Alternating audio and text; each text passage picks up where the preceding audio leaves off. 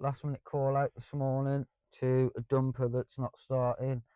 Track's popped off and a few other issues, so let's go and have a look and see what we find. So, again, same as the digger the other day, you've got your pipe from your diesel tank to your 12 volt pump, which follows it round, which comes to your filter, which goes to your injectors, then it returns, comes back down that line back to tank. We've got no diesel from the tank to the pump, so I'm going to put this bit of pipe in now and blow up at it because I can see gunk in there. But this is another one that's going to have to come back into the workshop and have the diesel tank took off. Again, this can be due to sludge at the bottom of the tank. I mean, this customer did run it dry, but the problem is we're running it dry, that sludge sits at the bottom of the tank, and then when you put new diesel in, it picks up, goes down the lines and blocks these little lines up. What we're going to do now is I've cleared that, put it back on, and turn the key and see if there's any diesel.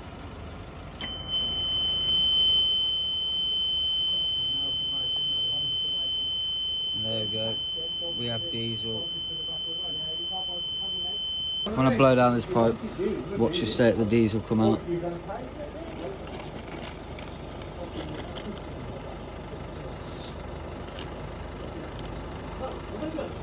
Now, it doesn't take a genius to see, guys, that diesel should not be that colour. That one's going to come back in again, have the tank stripped and cleaned. It's been ran dry and the sludge is just too much. I put a rod through it to try and clear the pipes, but it just wouldn't clear, and to be honest, it's not something I'd want to run too much in case it carries the muck around the rest of the diesel system. So again, we're going to have to make something for that to run off so we can get it on the trailer and get it back to the yard. Quickly get this track back on for the customer before we pop off, and then that'll be us done. That's the track all back on for this customer. Now time to use our best friend, the grease gun, and pump it back up. If you ever pop a track off and you're a bit unsure on how to get it back on, you know, if you're just hiring a machine for the day, there's usually a grease fitting or a grease point here. That grease point, you fill that with grease and it'll push that tension out that way, which then picks the slack up of the track. To release the pressure, there's usually a nut or something next to the grease nipple.